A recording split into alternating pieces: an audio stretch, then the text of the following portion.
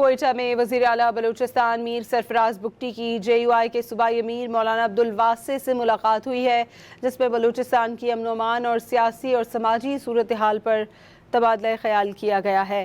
بلوچستان میں پائیدار امن حکومت کی اولین ترجیح ہے۔